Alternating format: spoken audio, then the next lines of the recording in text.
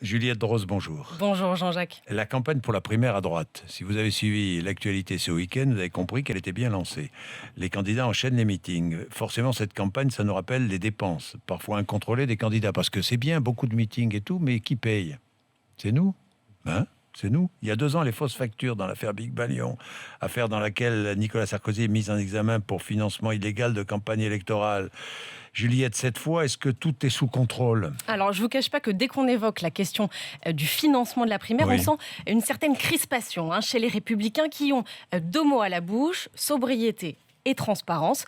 Au sein du parti, on a même mis en place des instances pour veiller au respect des règles, une haute autorité de la primaire, un comité d'organisation. Daniel Fasquelle, qui est le trésorier des Républicains, nous l'assure, toutes les leçons ont été tirées de l'affaire Big Balion. Nous ne faisons plus appel à des sociétés événementielles type Big Balion. Nous organisons en direct les grands rendez-vous. C'est certain qu'aujourd'hui, nous avons un mouvement qui est beaucoup plus sobre, plus économe et qui, surtout en matière financière, est rigoureux et transparent. Je répondrai à toutes les questions parce que nous n'avons rien à cacher. Alors, fini la folie des grandeurs, oubliez le champagne et les pâtes aux truffes. Au meeting de Nicolas Sarkozy à Château-Renard, c'était jeudi. Le staff était au régime sec, pas de bouteilles d'eau distribuées, des haut-parleurs qui grésillaient, une climatisation visiblement défectueuse. Vous vous souvenez peut-être de cette image de Nicolas Sarkozy en nage. C'est une campagne avec des petits moyens, non cessé de nous répéter ses proches. Mais quand on a posé la question à son équipe de campagne, combien a coûté ce meeting? Eh bien, silence radio, impossible d'obtenir un chiffre. D'autres candidats, en revanche, Juliette, jouent davantage la transparence. Oui, alors notamment les équipes d'Alain Juppé. Marie Guévenoux s'occupe de la collecte pour la campagne du candidat et elle joue, elle, carte sur table, sur le coût du meeting de Chatou. C'était samedi dernier. Moi, si je vous dis la vérité, c'est-à-dire que je vous donne le vrai chiffre, que je ne vous mens pas, le montant va paraître très élevé, peut-être d'ailleurs trop élevé aux yeux de l'opinion. Pour autant, c'est le vrai montant. Donc ici, on parle d'un budget de 100 000 euros.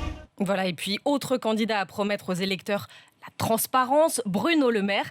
Son équipe nous l'assure, il n'a rien à cacher. Sur le nouveau site internet du candidat, il y aura même un compteur, presque en temps réel, où seront listées toutes les dépenses du candidat. Une façon pour Bruno Le Maire de marquer aussi son scepticisme vis-à-vis des dispositifs de contrôle mis en place par le parti. Pour lui, en tout cas pour son équipe, c'est un faux semblant d'encadrement, plus fait pour rassurer les militants que pour veiller au respect des règles. Oui, Juliette, les leméristes ont beau jouer la transparence, ils ne sont pas non plus irréprochables, puisque dans la pratique, plusieurs candidats, ils en font partie, s'arrangent déjà avec certaines règles. Eh oui, les Républicains ont établi cette règle. Les dépenses des candidats pendant la primaire, elles sont plafonnées, elles ne peuvent pas dépasser 1,5 million d'euros. Sauf qu'en réalité, beaucoup de candidats la contournent déjà, cette règle, car ce plafond s'appliquera seulement à partir du début officiel de la campagne. Ce sera dans un mois, le 21 septembre.